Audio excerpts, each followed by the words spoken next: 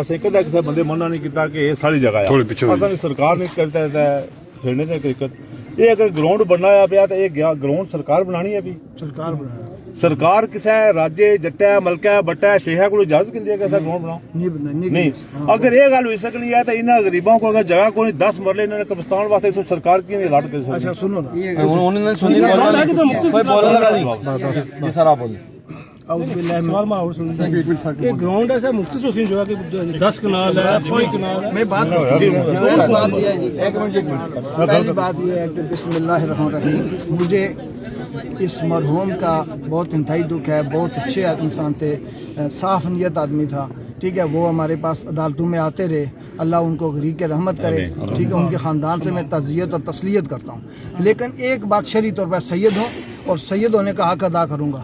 शरई बात यह है कि गस्बी जगह पे मुतनाज़ा जगह पे किसी भी मरहूम को किसी बंदे को यानी ज़बरदस्ती दफन नहीं किया जा सकता। एक बात, दूसरी बात गस्बी पानी से ना वुज़ू हो सकता है ना गस्बी जगह पर मस्जिद बन सकती है। जब तनाज़ा शुरू हो गया यहाँ हमने कोशिश करना होती है कि अमन और अमान बाल रहे। मजिस्ट्रेट का काम है, पुलिस का काम है अमन अमान बाल रहे। जब मुझे सब सुबह मेरे DC साहब ने मुझे फ़ोन किया, जब मैं यहाँ मौके पर पहुँचा, मैं पहले मरहूम के पास वहाँ गया हूँ, कब्रिस्तान देखा है। देखें कतई नज़र इसके कि इन दोनों ख़ानदानों के आपस में इख्तलाफात होंगे, लेकिन अभी हमने इस मामले को यकसू करना था। मैं SHO के साहब के हमरा मैंने उस कब्रिस्तान को देखा, अल्लाह की कसम कामरान साहब वहाँ 2 कब्रों की जगह अभी मौजूद है उस कब्रिस्तान में। एक बात मैंने कहा कि ये इनको तदफीन हो जानी चाहिए, क्योंकि पाक मोहम्मद का फरमान है कि मरहूम को दफन करने में ताख़ीर नहीं करनी चाहिए। ये बात ठीक है।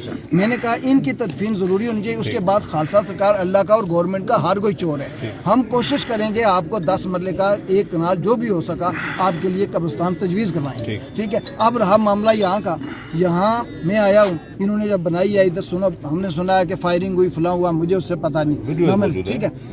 लेकिन मसला ये है कि इस जगह पे कामरान साहब जब मैं पहुंचा हूँ, मैंने इनको बड़े अच्छे तरीके से कहा कि आप वहाँ सामने वाली जगह है उधर चलें, खालसा सरकार है वहाँ करें। इसके बाद मैं यहाँ कोशिश करूँगा वहाँ आपके लिए खालसा सरकार से तजवीज़ करवाने की।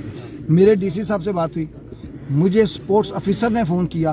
स्पोर्ट्स ऑफिसर ने जो ज़िले का ऑफिसर है उसने अल्लाह की कसम मुझे फ़ोन करके कहा कि ये रकबा हमने अवार्ड करवाया हुआ है। एक कानूनी बात करूँ कि कब्रिस्तान के लिए नोटिफाई यानी खालसा सरकार से अगर कब्रिस्तान हो या जो चावला में एक केस चल रहा है 3-4 साल हो गए अभी तक, क्रैशी फैमिली और दूसरी तरफ भट्टी फैमिली, वो नोटिफाई नहीं हुआ। पहली बात है कि कब्रिस्तान के लिए नोटिफाई होना ज़रूरी है कानूनी तौर पर। ये फिर एक और बात, यहाँ अगर कब्र थी पहले से, अगर कोई कब्र मौजूद होती तो हमें इतना इशू ना होता। ये पहली कब्र है, पहली कब्र के लिए हमें जब नोटिफाई भी नहीं है, पहले से तनाज़ा भी चल रहा है, फिर इस वजह से हमने सोचा कि वो जो उसके मुल्ही का रकबा है वहाँ अगर हो जाए तब भी, या उसी कब्रों में जहाँ ये 2 कब्रों की जगह है सचो ने मैंने देखी है, अभी भी आप अगर मुनसब मजाज बंदे जाके देखें वहाँ 2 बंदे दफन हो सकते हैं, ठीक है। लेकिन इन्होंने इस बात को तस्लीम नहीं किया। मेरी बात गुजारिश ये है कि मैंने DC साहब से बात की है, आप वहाँ जो जगह बनी हुई है जहाँ पहले से कब्रें, मरहूम को मजीद ताख़ीर ना कीजिए, बहुत अच्छे इंसान थे, उनको वहाँ दफन करें। उसके साथ जो मोहल्ली का रकबा है, खालसा सरकार है वो भी खालसा है, ये भी खालसा है। हमने लोगों को बचाना होता है, हमने अमन अमान बाल रखना होता है। मैंने अपने अमला फील्ड के साथ मिल के तजवीज़ बना के उसका ततीमा बना के हमने DC साहब से देना है। DC साहब ने जाके ये मुजफ्फराबाद भेजना है, वहाँ से नोटिफाई होगा आपके लिए। अगर आम आदमी वहाँ नाजायज़ काबज़ हो सकता है तो आपके लिए कब्रिस्तान का होना इंतहाई ज़रूरी है। बस मेरी गुजारिश ये है।